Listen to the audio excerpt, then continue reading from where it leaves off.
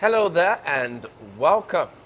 It is the newspaper review right here on TAP TV for today, the 16th day of June 2022. My name remains Cyril Aloysius, and as you know, it is and has always been my pleasure to bring you the newspaper headlines. And joining me in today's newspaper review, someone who knows a thing or two about politics, someone who's going to be throwing some light in the headlines for today. That's Mr. Victor. Mr. Victor, you're welcome to join me. Thank you. All right, shortly before we go straight to the business of the day, we'll go on a short break, and when we return, we'll take you straight to our papers for today. Do stay with us. We'll be back after the short break. Hey there! Are you looking to record your videos, do your voiceovers, and take your professional pictures? Look no further. With our state-of-the-art newsroom, photography, kitchen for our food content creators, and exclusive children's studio, we certainly can deliver the best studio experience. Our carefully designed studio space can bring your diverse creative content ideas to life. We aim to consistently serve value to our customers far and wide. Come, let Tharv Media give life to your dreams. Tharv Media, a slice of infotainment. All right, you're welcome back to join me from that short break. Mr. Victor, the first paper which I'll be looking at for today is the Daily Sun. And amongst the headlines in Daily Sun on page 27, we have Malabu oil deal. Malabu oil deal. We are studying judgment according to federal government. Malabu oil deal. We are studying judgment according to FG. And on page 6, we have Vice President slot. APC, PDP under pressure as deadline expires. APC and PDP under pressure as deadline expires. Opposition party screens three shortlisted candidates. Ruling party in dilemma over religion balance. Okay, and on page 27 we have reps move to override Buhari's veto on amended electoral act. That's on page 27. Urge INEC to extend voter registration by 60 days. And on page 3 we have 2023 I will work for Tinubu same way I worked for Lawan, according to Kalu. And on page 26 we have Ekiti. I didn't meet Tinubu or anybody to compromise my candidacy, according to Oni. And lastly, we have on page 7 in the Daily Sun, Presidency, Ohanaeze weighs options. Ohanaeze weighs options. Southeast bid on course, says Ezeife. Okay, that's the much we can take in Daily Sun. Mr. Victor, I don't know which of the headlines interest you. Okay. Let me just chip a bit for the Ohanaeze and Ndigbo. Okay, you notice that before the primaries, they had already told everybody that, see, if all these parties don't get a Southeast candidate, that they should forget about it, that they will not be negotiating for VP. Okay, so, well, we'll be waiting for their what option they want to follow next. And mind you, we already have a Southwesterner in the name of Tinubu as candidate. We have Atiku from the north. Then the third force being P2B. I don't know whether they will might have to now push towards his side, but I hope as soon as possible we'll get to know about that. Then you mentioned about the Malabu oil scandal. Yes. It is a very interesting one because, okay, let me just give a bit of history. So in 1998, just after the president had died, as in head of state rather, Sani Abacha had died, there was this, mind you, in quotes, Abacha is known as one of the most corrupt leader of our time. Yes, some persons might object my opinion, but that's my opinion and some other person's opinion. So, okay, look at what happened. A former petroleum minister during his time, called Dan Etete, had a hand in a company, Malabu Oil, and at the same time, OML 245 was awarded to him and his cronies, Abacha, Dan Etete, and co. Okay. Then, going forward, that oil well, which is our richest oil well, that oil well was sold to Eni, that's Ajib, and Shell. The well was sold for $1.3 billion as at then. Now, the problem that erupted from that deal is that why the sale was made, well, I say investigations were made, and the Minister of Petroleum, when Goodluck was there, we had Adoke, the Attorney General as at then. Okay. So these people liaised with Danetete, okay, to sell this well at 1.3 billion. But that well, the well as at that time, was valued at $15 billion. Wow. Now you ask. In fact, it will take spiritual powers and celestial bodies to tell us what really happened in that deal. Because up to date, I pity the government of Muhammad Buhari. That case is so controversial, and it's so deep. Okay. It's so deep because the information around it is quite shallow. Okay. And you know, without concrete facts, you don't win a case. Yes. So as it stands, in fact, Nigeria had to even go forward to the international court to lay a case against JP Morgan, the bank that the transaction was done with, to pay damages of 1.7 billion naira to Nigeria. But they lost the case. Lai Mohammed came out the other day, very weak, you will see his face, he was quite weak to say that Nigeria is still looking at the judgment. Nigeria is finding tooth and nail, finding ways, because this is our most rich, more like the richest oil well we have, and it was just sold for so cheap, 10% of its worth. And at the same time, the monies that was to be accrued now went through channels back to Danetete and the Abacha family. Wow. So, well, as it stands, it's like I told you, we need spiritual powers and celestial bodies to come and tell us what really transpired to that. Mr. Victor, let's not do much on that headline. Let's move straight now to the Vanguard. And the headlines in the Vanguard here says, Vice President Shettima is top running mate choice in APC. Shettima is top running mate choice in APC, according to source on page 5 of the Vanguard. And next, in page 27, we have aviation fuel price hike. 3 airlines to shut down in days. AON raises alarm. Okay, on page 12, we have Abuja Kaduna train attack. Freed victims, mentally unstable. Families cry out. That's a very sad one. And on page 13, we have rumblings over Nigerian judges, poor pay. Rumblings over Nigerian judges, poor pay. That's on page 13. And on page 19, we have Army finds Chibok schoolgirl in Borno 8 years after abduction. That's on page 2. Army finds Chibok schoolgirl in Borno 8 years after abduction. That's on page 2. And on page 9, we have strike ASU issue more complicated than Nigerians think, according to federal government. ASU's issue more complicated than Nigerians think. That's the federal government saying on page 9. And lastly, on page 2, we have monarch kidnapped twice same day in Sokoto. Monarch kidnapped twice in same day in Sokoto. Okay, that's on page 2. Okay, let me start with the economy, respect to the airlines. Okay. About 90 airlines have pulled out from Nigeria. In fact, some did not just pull out, they just died. And 3 more will be bankrupt. Not only bankrupt, in fact, they don't know what to do next. Go out of business. They are totally going out of business. So, what is the problem? It goes down to the economy at large. Mind you, we are suffering from hike in inflation. Yes, the entire world is going through a lot right now.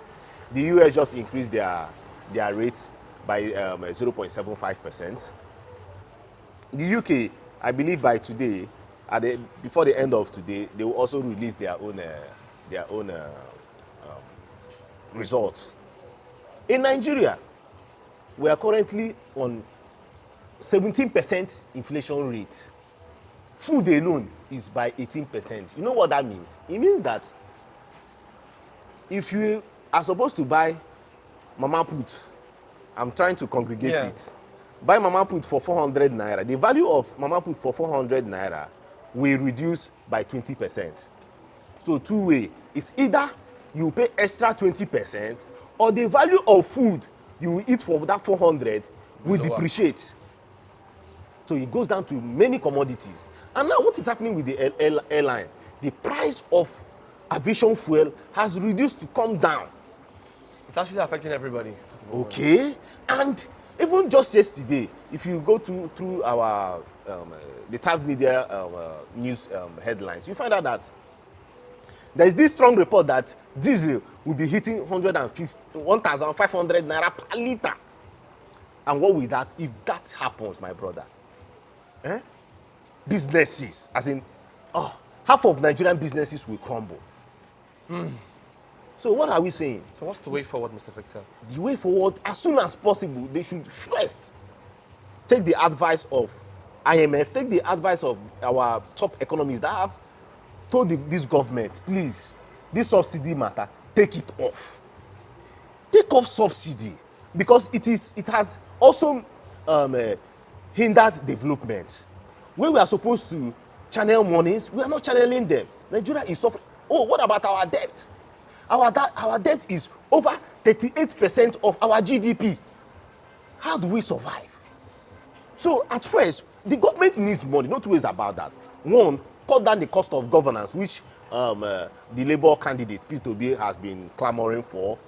But as it seems, in the next 1 year, I don't see the president coming out to do that. In fact, they will throw hammers on him. Okay, so Nigeria government should find a way. You see, this subsidy. Subsidy is killing our resources.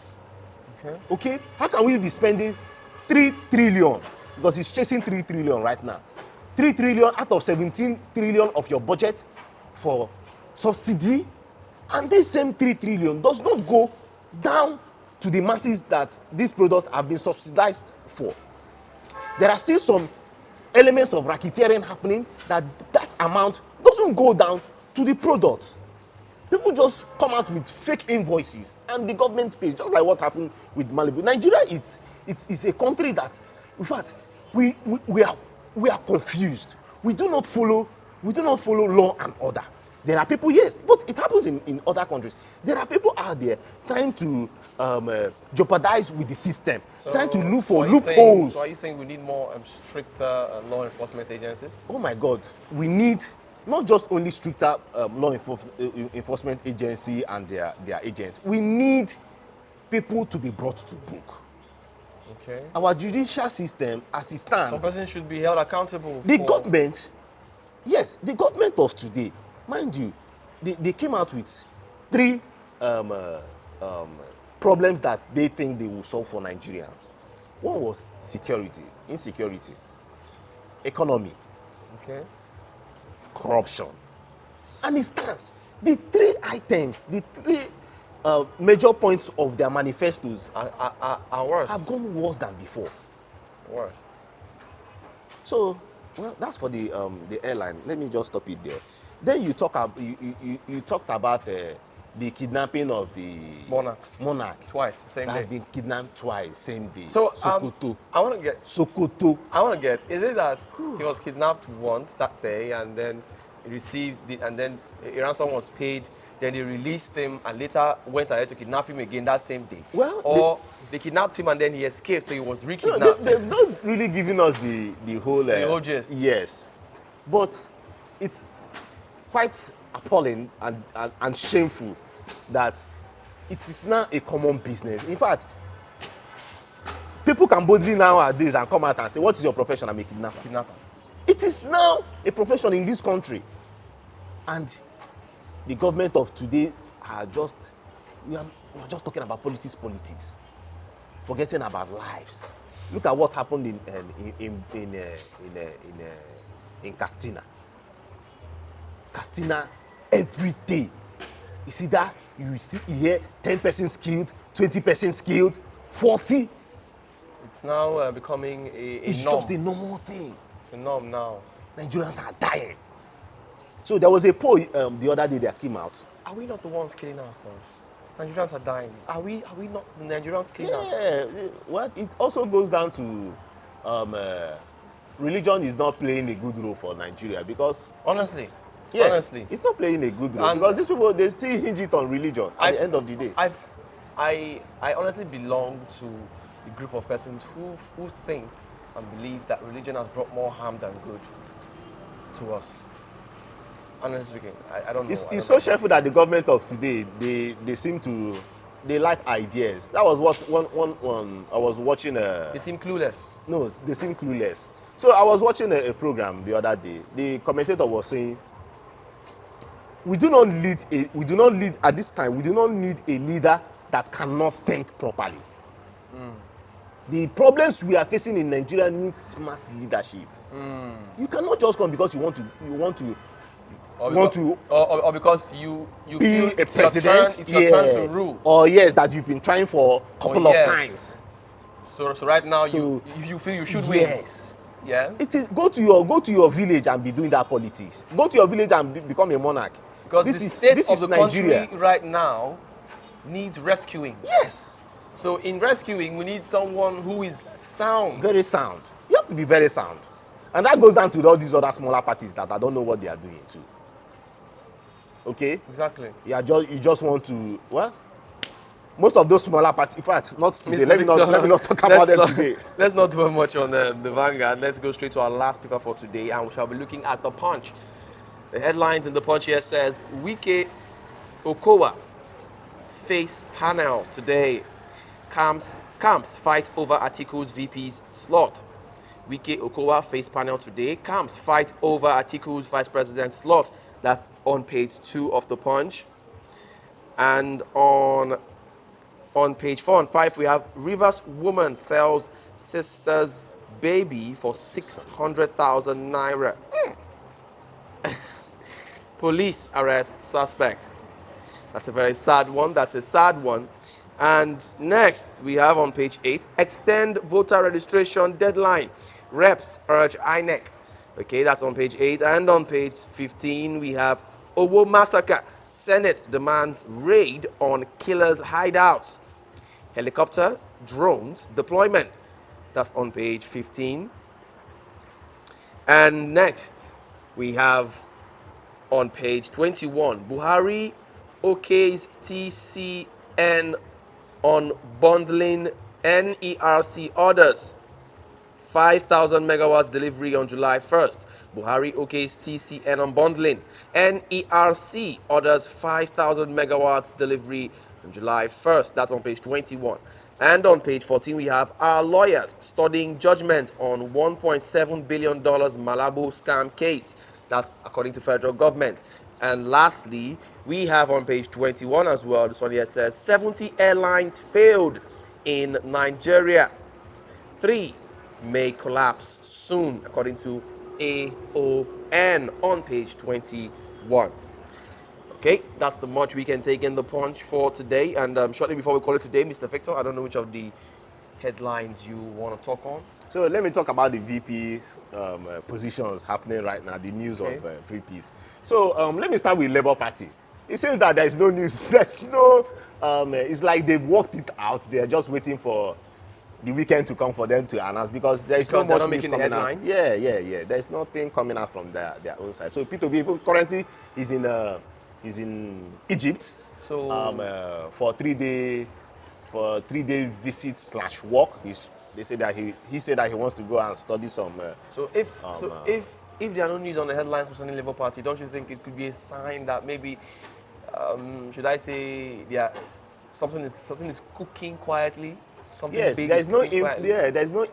Well, I hope they come out with somebody strong, which even the APC they are trying to come out with somebody strong. Reason why they have said that Muslim ticket should be the thing, not Muslim Christian. Mind you, even someone as top as the chief whip of the Senate, Chief Ohanaeze Okalu, came out yesterday to say that yes, his parishioners, his church members, and his priests will not be happy for him to be saying that Tinubu can go ahead and have a Muslim ticket. In fact, as it stands, that Muslim ticket is the best thing for APC right now, because Tinubu himself has a wife who is a Christian and a pastor in Redeemed Christian Church. You think he's saying that because he's a Muslim? Who? Ohanaeze Okalu, no. Ohanaeze Okalu is saying that because of, sorry, some person will say, where belle face, then you go follow. Okay? So, and mind you, yeah, he's been, I don't want to there's so much on him, but yeah, Ohanaeze Okalu is quite controversial. Mind you, when he came out during, he supported Ahmad Lawan. Personally, I feel like all politicians are controversial. Well, as a politician, as a politician, you need to be controversial.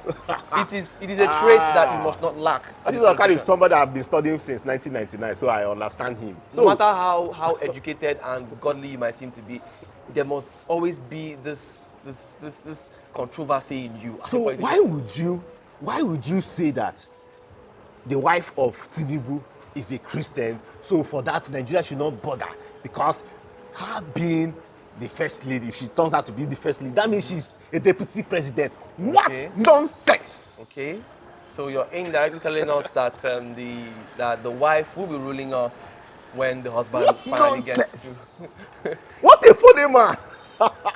So he has made his own statement. Now coming to by the end of by tomorrow we should know, hopefully. They said Wednesday, but they've been moving it because of APC and delay. They are very good at that.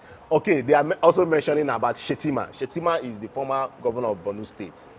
Okay, and he has been working with Tinubu for a while.